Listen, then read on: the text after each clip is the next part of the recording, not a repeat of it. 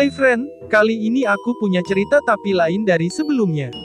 Kali ini cerita yang sedikit seram ya, lebih baik kalian perlu ditemani orang yang kalian sayangi waktu nonton cerita ini. Dalam video ini aku akan bawain 6 cerita pendek horor. Gak perlu pakai lama lagi, kita langsung ke cerita yang pertama. Waktunya teater kegelapan dimulai. Aku ingin berhenti bekerja. Ada satu orang laki-laki yang diundang oleh temannya ke apartemennya. Kita sebut yang diundang adalah Hiro dan yang mengundang adalah Tama. Malam itu mereka ngobrol hanya berdua saja. Tama mengundang Hiro untuk menanyakan pendapat Hiro karena Tama ingin berhenti dari pekerjaannya. Tama bekerja di sebuah pabrik manekin atau patung manusia. Tugasnya adalah memastikan kepala manekin tidak ada yang cacat. Tapi anehnya, dalam pemeriksaan kepala manekin kadang ada yang tiba-tiba bisa berbicara. Hal inilah yang disebut kecacatan. Maka kepala manekin itu harus dimasukkan ke dalam pembakaran. Karena itu, Tama sudah tidak tahan bekerja di sana. Tama merasa lama-lama manekin itu seperti manusia. Setelah bercerita, Tama pergi untuk membeli minuman. Saat itu Hiro sendirian di rumah Tama. Hiro merasa tidak percaya dengan cerita Tama dan menganggap Tama sedang berhalusinasi. Tiba-tiba terdengar suara wanita minta tolong supaya membujuk Tama tidak berhenti dari pekerjaannya.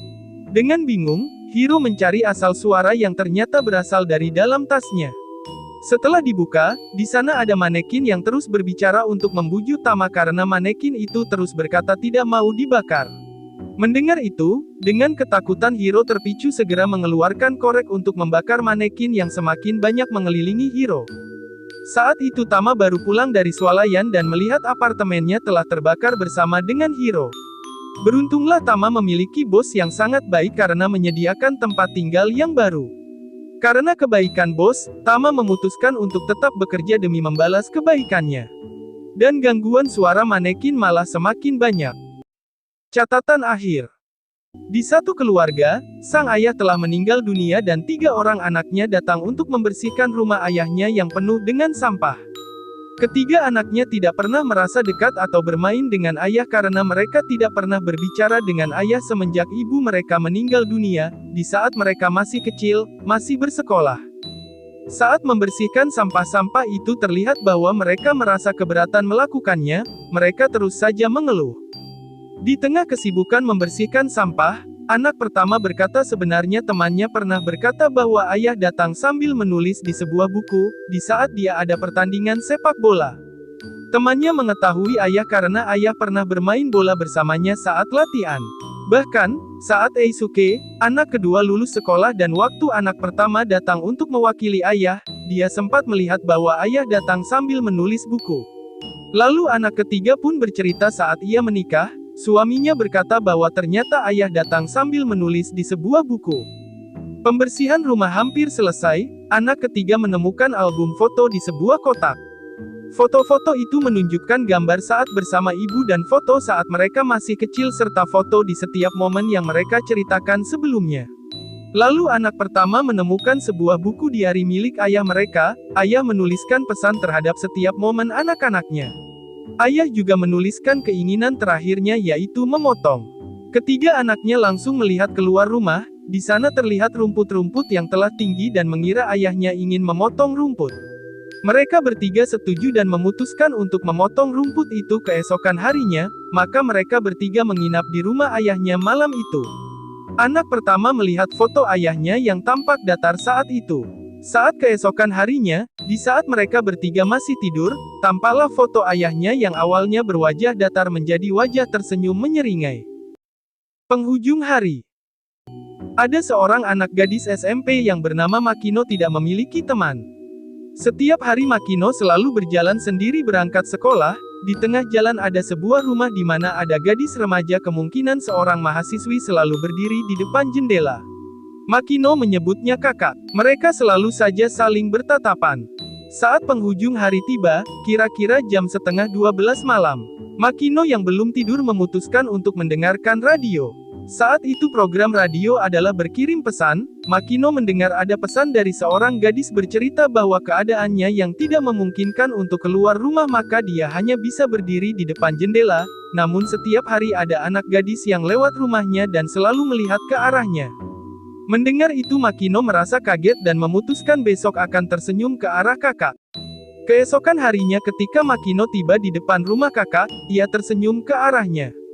Dan saat penghujung hari tiba, Makino segera mendengarkan radio.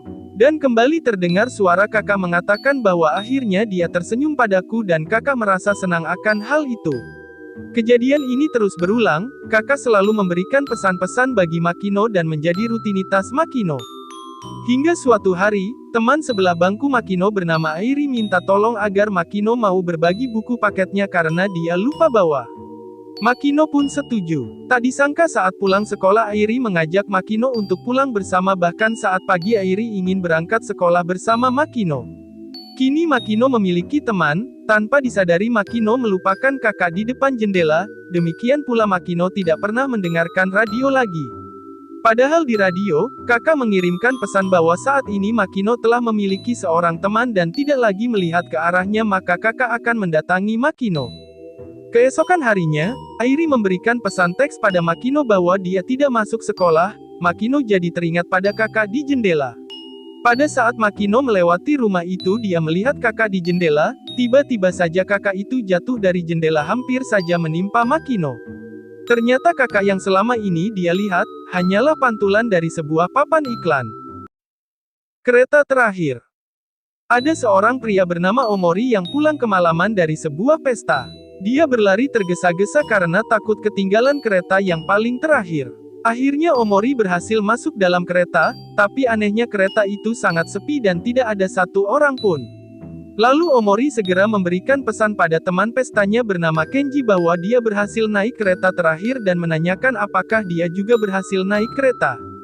Lalu ada pesan masuk, ternyata pesan itu dari Takeshita menanyakan tentang janjian mereka karena Takeshita ingin melakukan konsultasi dengan Omori. Tapi Omori kelupaan karena banyak minum, lalu Omori membalas pesan menawarkan konsultasi besok saja dan Takeshita pun setuju. Setelah itu, Omori menyadari bahwa kereta tidak pernah berhenti di setiap stasiun. Omori pun segera memeriksa keadaan sekitar tapi kereta pun tidak menunjukkan keterangan apapun. Lalu Kenji menelepon Omori. Kenji bermaksud akan menginap di rumah Omori. Omori tidak masalah dengan hal itu tapi Omori bingung karena kereta yang dinaikinya adalah kereta terakhir. Tapi Kenji mengatakan bahwa ia berhasil naik di detik-detik terakhir. Omori bertanya di gerbong mana Kenji berada dan Kenji menjawab di gerbong pertama. Dalam kebingungannya, Omori segera bergerak mau ke gerbong pertama untuk memeriksa keberadaan Kenji. Tapi di gerbong lain malah ada Takeshita duduk di sana. Lalu ada kereta lain yang lewat dan Omori melihat Kenji duduk di kereta itu. Saat Omori mencoba telepon Kenji, ternyata saat itu tidak ada sinyal. Ketika Omori mengingat kejadian kembali saat akan naik kereta, Omori menyadari bahwa saat dia sibuk berlari, petugas mengatakan kereta akan segera datang dan bukan telah datang. Ternyata Omori telah masuk ke dalam kereta yang salah. Saat melihat ke arah Takeshita duduk, di sana Takeshita telah menghilang dan semua lampu menjadi padam. Lalu terdengar suara telah sampai di perhentian terakhir. Omori menjadi ketakutan dan tiba-tiba Takeshita duduk di depannya dan mengirimkan pesan apakah kau baik-baik saja. Omori semakin ketakutan dan Takeshita berkata itu sebabnya kau ada di kereta terakhir. Pintu terbuka dan di luar pintu itu berwarna merah kehitaman entah berada di mana. Pelanggan terakhir. Ada seorang mahasiswa yang bernama Takuya kerja sambilan di kedai kopi. Saat kedai hendak tutup, ada seorang nenek sebagai pelanggan terakhir masih duduk di sana. Takuya segera memberitahu nenek bahwa kedai akan segera tutup dan dimohon nenek segera pulang. Tapi nenek itu menjawab bahwa tidak tahu lagi harus kemana karena si nenek tidak punya rumah, teman atau siapapun. Lalu, nenek segera mengajukan diri untuk singgah di rumah Takuya.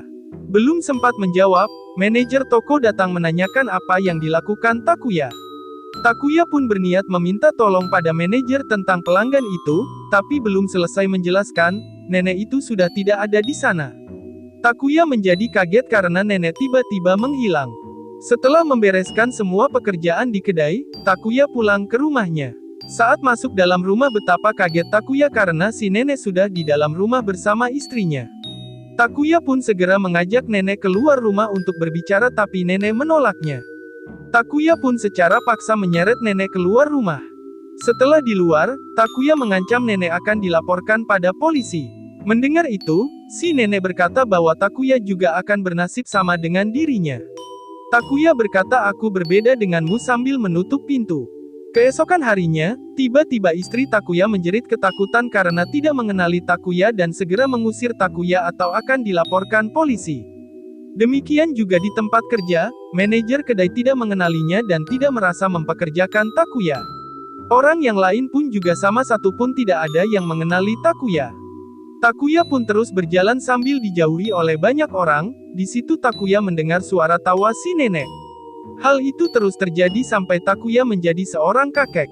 Takuya duduk di kedai kopi sebagai pelanggan terakhir, sama persis dengan yang dilakukan nenek sebelumnya. Takuya didatangi oleh pekerja kedai, meminta Takuya segera pulang.